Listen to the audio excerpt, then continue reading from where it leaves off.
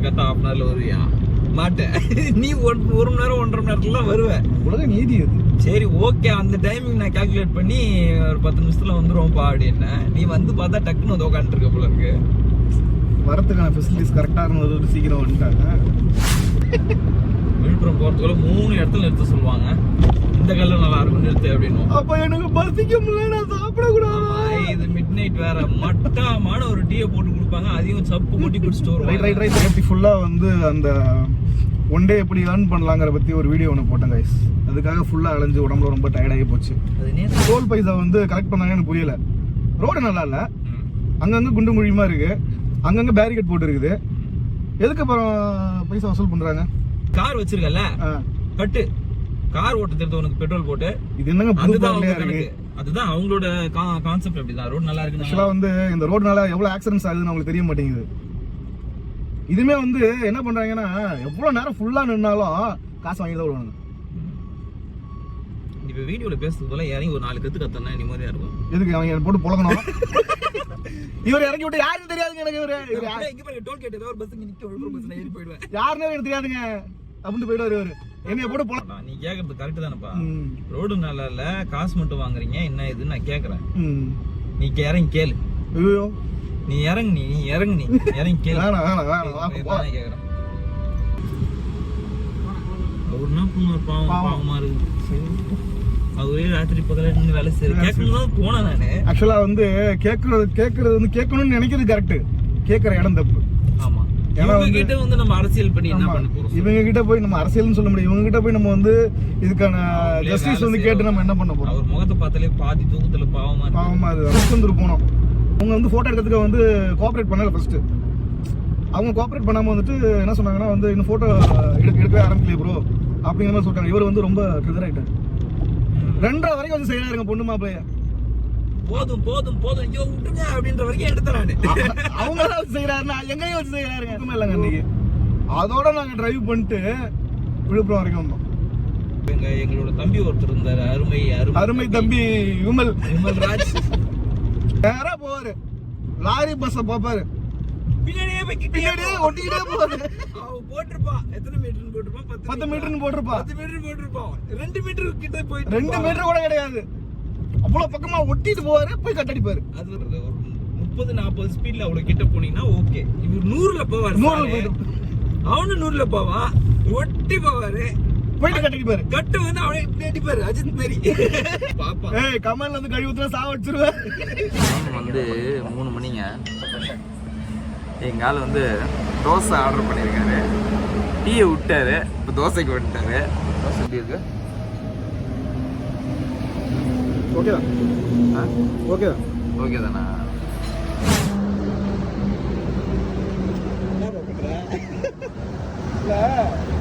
நீ போக்ஸ் வேணும் குத்தி பாத்தியா? ஞாபகம் இருக்கா? டாட்டா பாது நல்லா தான் பாருங்க. இது அங்க வந்து குத்துவேன், இது குத்தி பாரு. போக்ஸ் வேன் போற இப்படி அணியா, இது போக்ஸ் வேன் கண்ணியா இருக்குதியே அப்படின்னு கேட்டதுக்கு இங்க வாடா கிட்ட வாடா அப்படின்னு குத்தி காமிச்சார். டக்குன்னு சவுண்டு கேட்டது. அந்த வீடியோ எடுத்தேன் நான். அதுல வந்து இன்ஸ்டாகிராம்ல போடக்குள்ள மென்ஷன் பண்ணி தான் போட்டேன். திட்டணும்னா இவரை திட்டுங்க அப்படின்னு மென்ஷன் பண்ணி போட்டேன். ஆனா என்ன செஞ்சுட்டாங்க, திட்டாதவனே கிடையாது. என்ன கமெண்ட் ஆஃப் பண்ற அளவுக்கு வந்து செஞ்சானுங்க. கமெண்ட் ஆஃப் பண்ணாலும் அடுத்து எல்லா கமெண்ட்லயும் வந்து திட்ட ஆரம்பிச்சாங்க. என்ன ட்விட்டர் உனக்கு என்னன்னு தெரியுமாடா, டொயோட்டா பத்தி உனக்கு என்னன்னு தெரியுமாடா, டொயோட்டா எவ்வளவு ரிலையபிளா இருக்குன்னு தெரியுமாடா, யாரா இல்லன்னு சொன்னா. சாக்லேட் ஃபேக்டரி வெளில வண்டியை விட்டுட்டு போகும்போதே பார்த்தோம், அந்த கார் உள்ள அந்த ஓனர் உட்காந்துருந்தாரு. வித்தியாசோட ஓனர் உட்காந்துருந்தாரு. ஒரு ஓனர் கம் டிரைவர் உட்காந்துருந்தாரு. நாங்கள் விட்டுட்டு போயிட்டோம்.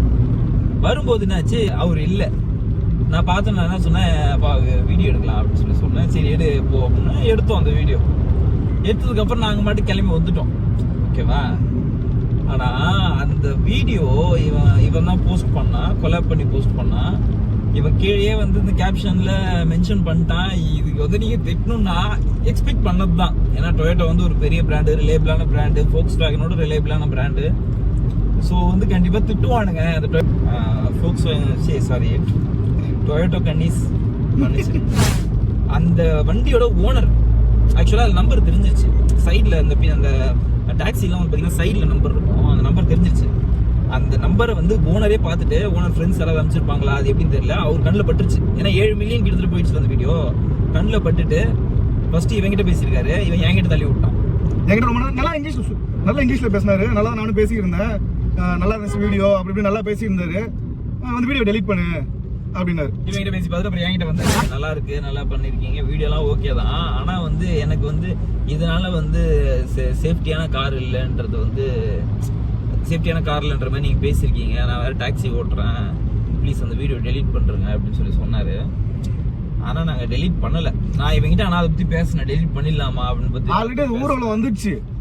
அதை எவனும் ஒரு Volkswagen கண்ணி எடுத்து யூடியூப்ல போட்டு விட்டான். யூடியூப், ட்விட்டர் எல்லாத்துலயுமே இருக்கு, ஃபேஸ்புக் எல்லாத்துலயுமே இருக்கு. அதனால நான் அவர்கிட்ட சொல்லிட்டேன், இல்ல இது டெலீட் பண்றது வேஸ்ட்டுங்க, இது எங்க நாங்க போட்டது இல்லாம நிறைய பேர் போட்டு இது பண்ணிட்டாங்க, ஒன்றும் பண்ண முடியாது.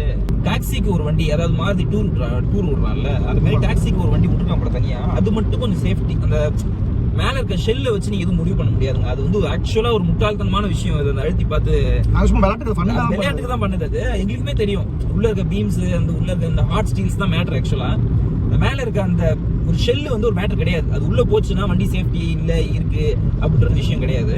ஆனா அதை நாங்க சும்மா ஒரு விளையாட்டுக்கு பண்ணோம். ஷெல்லு முக்கியம் இல்லைன்றது உண்மைதான் வச்சுக்கோங்களேன், உண்மைதான்.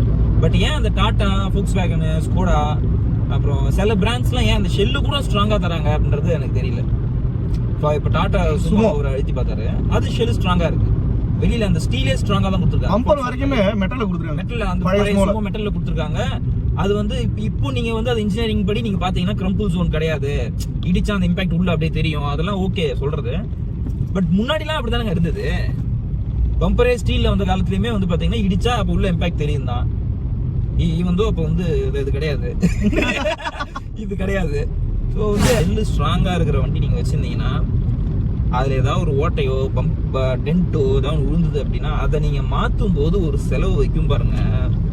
சீரியஸா டாட்டா வந்தாலும் அதே செலவு தாங்க ஆகும். இவரோட ஐடி நான் வந்து கீழே மென்ஷன் பண்றேன். இதுக்கும் நீங்க அவர் எதுவும் திட்டணும்னா அவரோட ஐடியில போய் திட்டணும். கமெண்ட்ல வந்து என்னை கழுவி ஊத்தக்கூடாது. டொயோட்டோ கன்னிஸ் மன்னிச்சுக்கோங்க, நான் தெரியாம பண்ணிட்டேன். எல்லாரும் இப்படிதான் பேசியிருந்தாங்க. டேய் நாய, உனக்கு என்னடா தெரியும் இத்தியாச பத்தி? இப்படிதான் சில பேர் அசிங்கமான வார்த்தைகள் போட்டும் அந்த பேட் ஃப்ரேசஸ்லாம் யூஸ் பண்ணிருந்தாங்க. இருந்தாலும் வந்து அந்த வீடியோ பண்ண தப்புன்னு கூட வச்சுக்கோங்களேன். இவ்வளோ அநாகரிகமா வந்து திட்டணும்னு அவசியம் கிடையாதுங்க. ரொம்ப யூஸ் பண்ற வேர்ட்ஸ் வந்து என்ன திட்டல யாரும். நீ டொயோட்டோ பத்தி பேசுனதே போதும், நீ டொயோட்டோ ஓனரை பத்தி ஒண்ணு பேசி அது நான் இல்ல கழுத்துல கத்தி வச்சிருவானுங்க. நான் இல்ல, நல்லா பாத்துங்க. அவர் தான் Volkswagen கண்ணி, அவர் தான் டொயோட்டா ரோஸ்ட் பண்ணவரு, மாருதி சுசுகி அவர் தான் ரோஸ்ட் பண்றாரு. நமக்கு எல்லா வண்டியும் எல்லாம் ஊர்ல இருக்கிற எல்லாருமே மாருதி வச்சிருக்கோம் கூட ரோஸ்ட் பண்ணுவான். இங்க பாருங்க ஷேக்க பாருங்க, கருமோ டென்ஷன் ஆகுது எனக்கு. இப்படி அடிக்கிறான் ஃபேஸ்ல, உங்களுக்கு தெரியுதா கைஸ்? பாருங்க அந்த டொயோட்டோ கூட விட்டுருங்க, அந்த டொயோட்டோ ஒரு கதை அதை விட்டுருங்க, இந்த கதையை விட்டுருங்க. எப்படியா நீ அடிச்சுன்னு பா, ஏதாவது பண்ணிட்டு போ. ஒண்ணு பண்றானுங்க பாருங்க. அந்த என்ன வண்டி அது? கிரெட்டா, கிரெட்டா, அப்புறம் அந்த ஹூண்டாய் வென்யூ.